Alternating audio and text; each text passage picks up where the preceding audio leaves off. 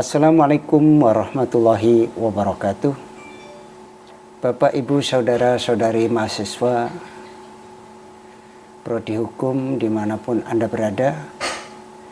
Kali ini kita akan diskusi tentang mata kuliah pengujian peraturan perundang-undangan. Pada sesi hari ini, pada diskusi kali ini kita akan mengajak kepada Anda sekalian, mari sama-sama mempelajari materi yang berkaitan dengan tinjauan kewenangan Mahkamah Konstitusi dalam pengujian undang-undang. Dalam sesi ini yang harus kita kuasai, kompetisi yang harus kita kuasai, yaitu mempelajari materi pada sesi kedua ini mampu menjelaskan yang pertama, Mahkamah Konstitusi dalam sistem ketatanegaraan. Yang kedua, mampu menguasai hak gugat atau legal standing pengujian undang-undang oleh Mahkamah Konstitusi. Yang ketiga, menguasai pengujian undang-undang secara formal dan material. Saudara mahasiswa dimanapun Anda berada, forum ini kita akan bahas mengenai permasalahan legal standing dalam pengujian undang-undang di Mahkamah Konstitusi. Kali ini saya akan sampaikan jawaban uraian, yaitu permasalahan legal standing dalam pengujian undang-undang di Mahkamah Konstitusi. Permasalahan mengenai legal standing atau kedudukan hukum dalam pengujian undang-undang di Mahkamah Konstitusi atau MK merupakan isu mendasar yang terus menjadi perdebatan dalam praktek ketatanegaraan Indonesia. Legal standing merupakan salah satu syarat formal yang harus dipenuhi oleh pemohon agar permohonannya dapat diterima dan diperiksa secara substansial oleh Mahkamah Konstitusi. Berdasarkan pasal 51 ayat 1 Undang-Undang nomor 24 tahun 2003 tentang Mahkamah Konstitusi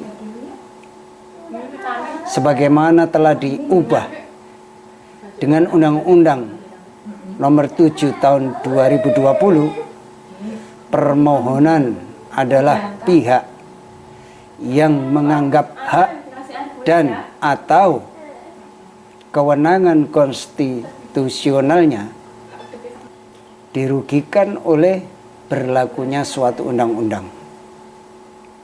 Pihak-pihak tersebut meliputi perseorangan warga negara Indonesia, kesatuan masyarakat hukum adat sepanjang masih hidup dan sesuai dengan perkembangan masyarakat, badan hukum publik atau privat, serta lembaga negara. Namun dalam prakteknya,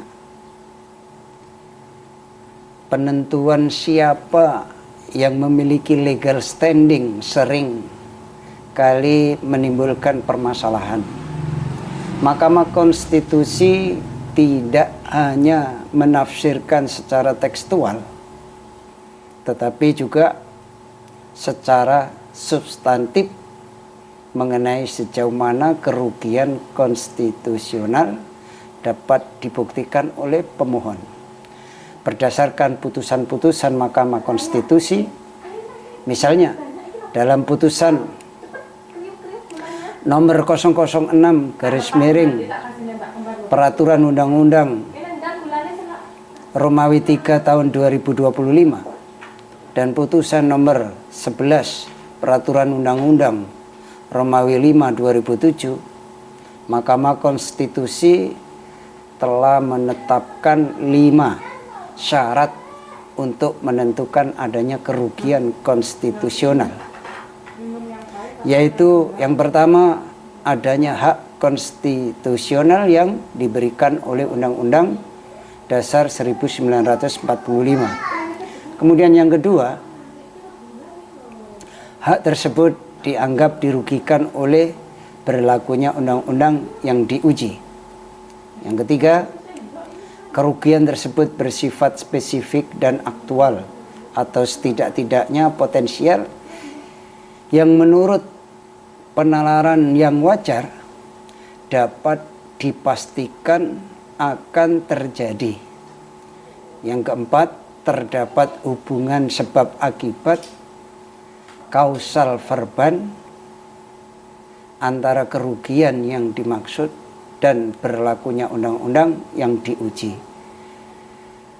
Kemudian yang kelima, kemungkinan bahwa dengan dikabulkannya permohonan kerugian konstitusional tersebut tidak akan terjadi lagi. Permasalahan muncul ketika penerapan kriteria ini tidak selalu konsisten dalam setiap putusan. Mahkamah Konstitusi terkadang bersikap terbuka dalam menafsirkan legal standing, terutama dalam kasus-kasus yang menyangkut kepentingan publik luas seperti pengujian undang-undang pemilihan umum, undang-undang cipta kerja, atau undang-undang KPK. Dalam kasus seperti putusan nomor 91 Peraturan Undang-Undang Romawi 24 tahun 2020 tentang pengujian undang-undang cipta kerja, maka menerima pemohon yang diajukan oleh serikat buruh, padahal kerugian yang dialami lebih bersifat potensial dan tidak langsung. Hal ini menunjukkan bahwa Mahkamah Konstitusi mulai memperluas pemaknaan terhadap pihak yang dianggap memiliki kepentingan konstitusional.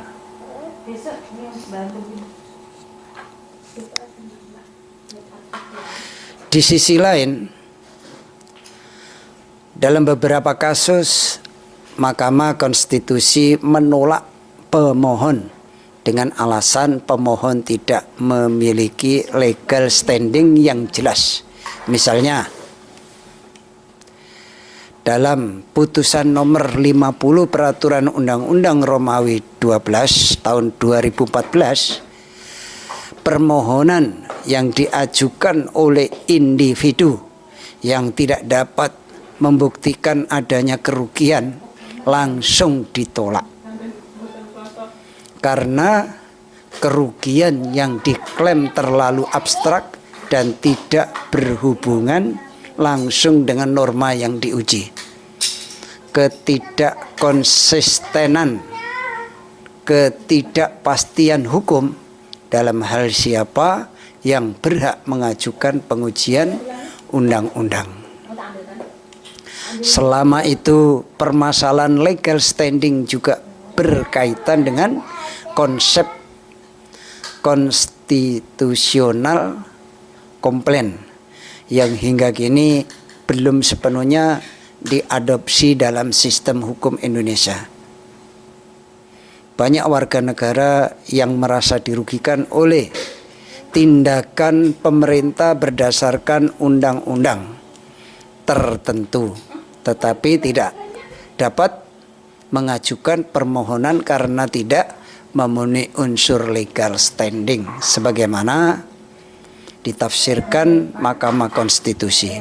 Hal ini menunjukkan adanya keterbatasan dalam akses keadilan konstitusional access to constitutional justice di Indonesia.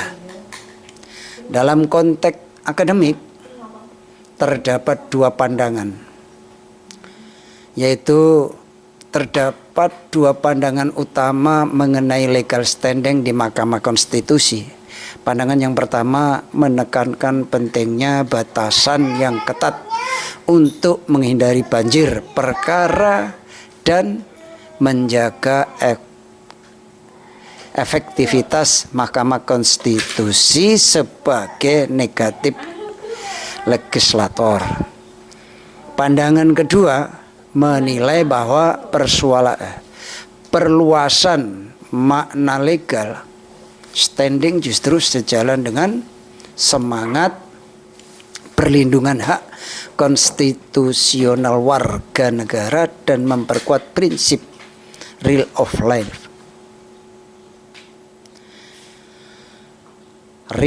law.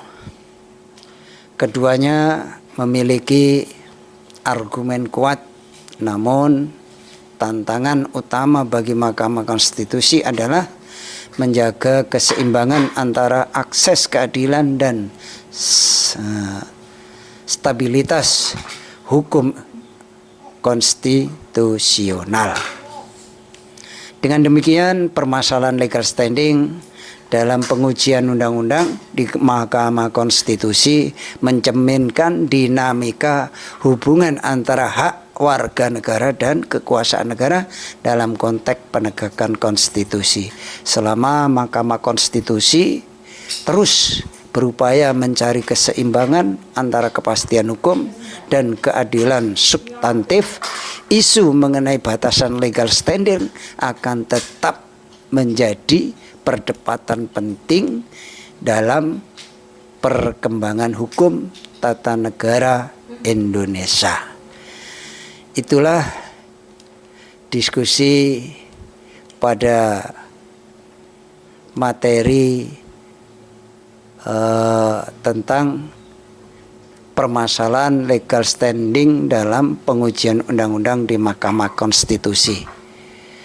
Semoga dengan materi ini mahasiswa prodi hukum mata kuliah peraturan perundang-undangan bisa memahami tentang Mahkamah Konstitusi dalam sistem ketatanegaraan, kemudian memahami hak gugat legal standing pengujian undang-undang oleh Mahkamah Konstitusi, kemudian memahami juga pengujian undang-undang secara formal dan material. Demikian keterangan yang dapat saya sampaikan, semoga bermanfaat untuk mahasiswa Bapak Ibu sekalian dimanapun Anda berada, prodi hukum, tentang mata kuliah pengujian peraturan perundang-undangan. Demikian, wassalamualaikum warahmatullahi wabarakatuh.